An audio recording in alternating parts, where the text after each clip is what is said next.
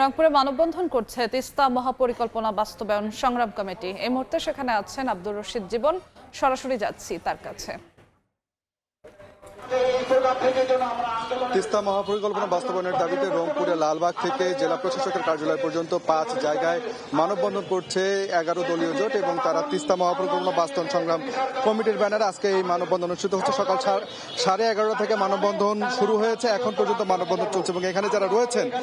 জামাতের যারা নেতৃত্ব রয়েছেন তারা যেটি বলছেন যে তিস্তা মহাপরিকল্পনা আসলে উত্তরের যারা রয়েছেন অর্থাৎ তিস্তা পাড়ের যারা মানুষ রয়েছেন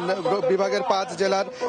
12 উপজেলার যারা মানুষ রয়েছেন তিস্তা পাড়ে যারা বসবাস করছেন তাদের জন্য এই তিস্তা মহাপরিকল্পনা অত্যন্ত জরুরি এবং এই তিস্তা মহাপরিকল্পনা বাস্তবায়ন হলে উত্তরের যে কৃষি অর্থনীতি উত্তরের যে উন্নয়ন সকলেই আসলে সবগুলোই আসলে সম্ভব এবং যে কারণে তারা বলছেন যে এই তিস্তা মহাপরিকল্পনা বাস্তবায়ন নিয়ে আসলে বিগত সরকারও যে টালবাহানা করেছে শুধু প্রতিশ্রুতি দিয়ে গেছে, বর্তমান সরকারও যেন এই তিস্তা মহাপরিকল্পনা প্রতিশ্রুতির মধ্যে আসলে সীমাবদ্ধ না রাখে, চলতি বাজেটেই যেন এই তিস্তা মহাপরিকল্পনা বাস্তবায়নের একটি সুনির্দিষ্ট রোডম্যাপ দেওয়া হয় এবং একই সাথে তিস্তা মহাপরিকল্পনা বাস্তবায়ন করা হয় সেটি কিন্তু তারা দাবি জানাচ্ছেন এবং এই দাবিতে কিন্তু আমরা দেখছি যে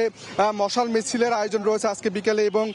আজকে বিক্ষোভ হয়েছে এবং তারা মানববন্ধনে দাঁড়িয়েছে এবং তারা একটি বার্তা বারবার দিচ্ছেন যে